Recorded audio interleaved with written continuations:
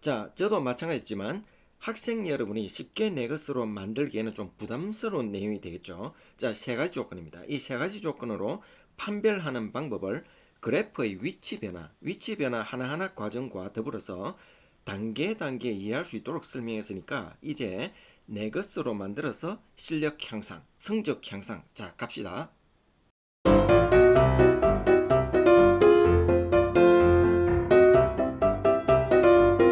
수학 성적을 올리고 공부 잘하는 습관을 들이는 것은 꾸준한 학습 태도가 필요하겠죠. 그보다 더 중요한 것은 이해하고 알게 된 것을 아깝게 놓치지 말고 노래 부르듯 암기해서 어디든 적용할 수 있도록 숙달시키는 것입니다. 이 실천 부족 때문에 항상 아쉬운 결과를 가져오죠. 수학도 암기해서 적용할 수 있도록 반복해서 기억시켜야 합니다. 인간이 할 수 있는 유일한 방법이라고 생각해요. 자, 이번에는 2차 방정식의 실근의 부호에 대해서 알아보기로 하겠습니다. 참고서에서 2차 방정식의 실근의 부호, 이 실근의 부호란 용어로 중요한 개념 문제로 다루어지고 있죠. 여기서 서로 다른 두 실근 알파, 베타, 서로 다른 두 실근을 전제로 한다는 얘기죠. 자, 그래서 2차 함수의 x축과의 교점의 위치입니다. 이 교점의 위치는 함수의 그래프로 표현하는 거죠. 자, 그리고 또 2차 방정식에서 이 근과 계수와의 관계로 살펴보기로 합니다. 여기서 실근의 이 부호라는 이 말은 2차 방정식의 각하의 개수죠. A, B, C입니다. 이 A, B, C의 부호에 따라서 서로 다른 두 실근의 알파, 베타, 이 알파, 베타 두 실근의 부호가 결정된다는 얘기가 되는 겁니다. 다시 말하면 두 실근, 이 알파, 베타의 부호가 결정이 됩니다. 이 결정이 되면은 개수 ABC의 부호를 알 수 있다는 얘기가 되는 거죠. 자, 이 과정을 어려운 용어 실근의 부호라는 이름을 붙인 겁니다. 자, 첫 번째로 두근 알파 베타가 모두 양수가 될 때입니다. 양수. 그래서 이 주어진 조건과 이 개수와의 관계를 살펴보는 거죠. 자, 함수 그래프로 두근 알파 베타의 위치를 정합니다. 정하고 이 그래프 형태가 유지돼야 되죠. 그죠? 자, 유지될 수 있도록 이 형태가 유지될 수 있도록 함수의 구조를 이용하는 거죠. 축의 방정식 x는 마이너스 2a분의 b죠. 이 축의 방정식으로 이 두근 알파베타의 위치를 결정하는 도구로 이용하게 되는 겁니다. 축의 방식. 자, 그래서 이 축의 방식은 알파와 베타의 중간에 있으니까 양수가 되는 거죠. 자, 이 양수 조건을 이용해서 a가 양수니까 b는 음수가 되는 거죠. 자, 그래서 개수 a, b, c에서 b는 음수로 결정이 되는 겁니다. 그 다음 두 번째 그래프 활용 조건은 0에서의 함수 값입니다. 0에서의 이 함수 값을 도구로 활용한다는 거죠. 0에서의 함수 값입니다. 자, 만약에 그래프가 이렇게 된다면은 두 건 조건이 모두 양수였는데 한 건이 음수가 될 수밖에 없죠. 그런데 축의 방정식은 양수가 될 수 있습니다. 자, 그래서 0에서 이 함수값이 양수가 될 때 이 그래프 형태가 유지가 될 수가 있죠. 자, 그래서 0에서 이 함수값이 중요한 역할을 하게 되는 겁니다. 0에서 이 함수값이 양수이기 때문에 C의 부호가 확정되었습니다. 자, 그 다음 조건은 판별식입니다. 자, 판별식이 되죠. 자, 만일에 그래프가 붕 이렇게 뜬다면은 위에 있는 이 두 조건 모두 만족하게 되죠. 붕 뜰 때도 축의 방식이나 0에서의 함수값 모두 양수가 되잖아. 그렇죠? 자, 그런데 조건에서 두 건이 모두 양수를 했습니다. 두 건이 모두 존재하는 거죠. 자, 그래서 D가 반드시 양수가 돼야 됩니다. 자, 만일에 알파, 베타가 중근이라면은 0이 포함되는 거죠. 자, D가 0보다 크다는 이 이유는 이 개수와의 관계에서도 살펴볼 수 있습니다. B제곱 마이너스 AC에서 B제곱은 항상 플러스죠. 자, AC의 곱도 플러스가 됩니다. 중간에 마이너스가 있죠. 어느 것이 더 큰지 알 수가 없죠. 자, 그래서 반드시 양수가 되어야 되기 때문에 이 조건을 내세워야 되는 겁니다. 자, 만일에 AC가 더 크다면은 음수가 되죠. 저 음수가 되니까 그래프가 붕 뜨게 되죠.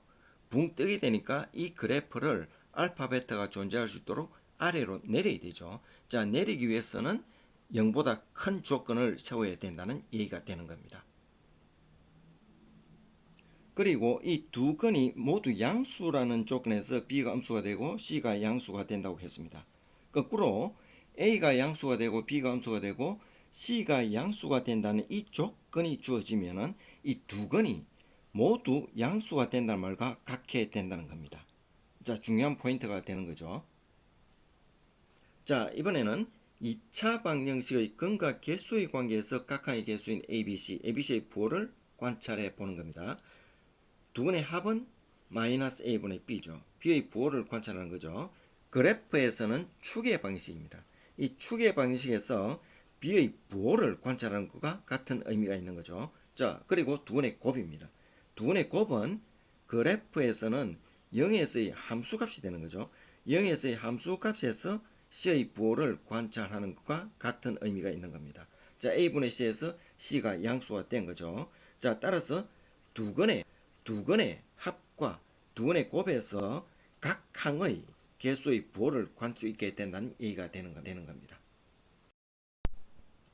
그리고 알파, 베타라는 두 개의 서로 다른 실근이 존재하기 위해서는 판별식 D가 0보다 커야 되겠죠. 자, 그 이유로 개수와의 관계입니다. 이 개수와의 관계에서 마찬가지로 A가 양수이면서 B가 음수고 C가 양수일 경우, 이 경우 0보다 커야 된다는 거죠.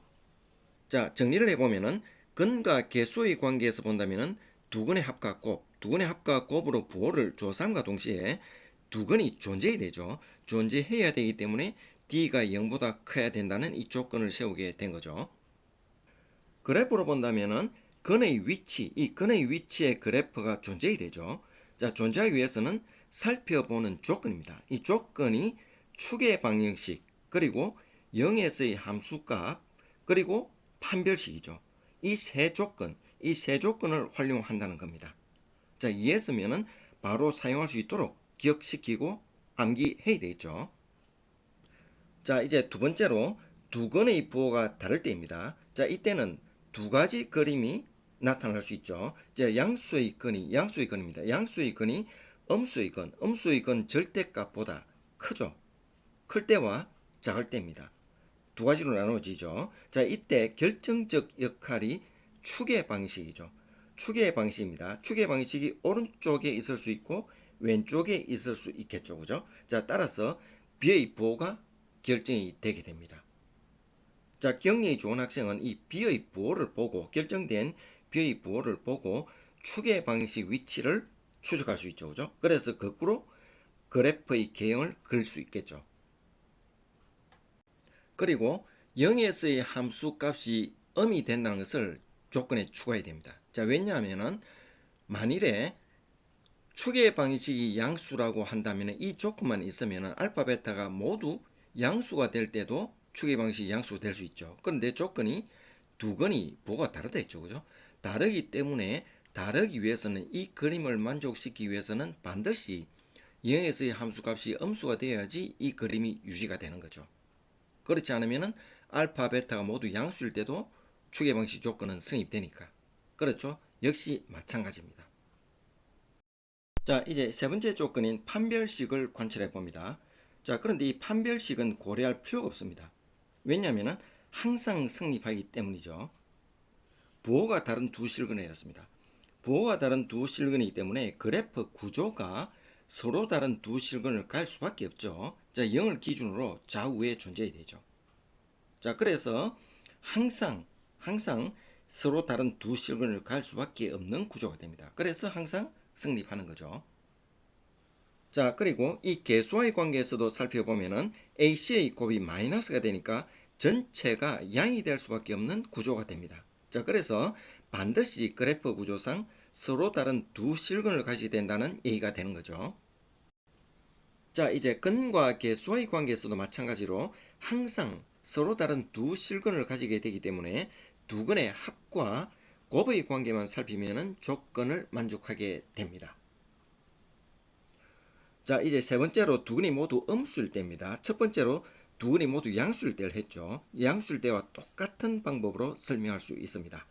먼저 추계 방식 있죠. 이 추계 방정식 조건을 세우고 나머지 두 조건입니다. 나머지 두 조건으로 꼼짝없이 이 그래프 모습이 유지되도록 하면 되는 거죠. 자, 그리고 나머지 여러 조건으로 변화를 또 줄 수도 있습니다. 자, 기본적인 이 내용을 가지고 이 그래프를 꼼짝없이 고정시키는 이 조건들을 내세우면 해결이 되게 됩니다. 잠시 보시고 필요시 반복해서 보시면 내용이 절로 기억되고 암기되어서 문제풀이에 적용할 수 있을 거예요. 그리고 좋아요, 구독 부탁드려요. 함께 노력해봐요.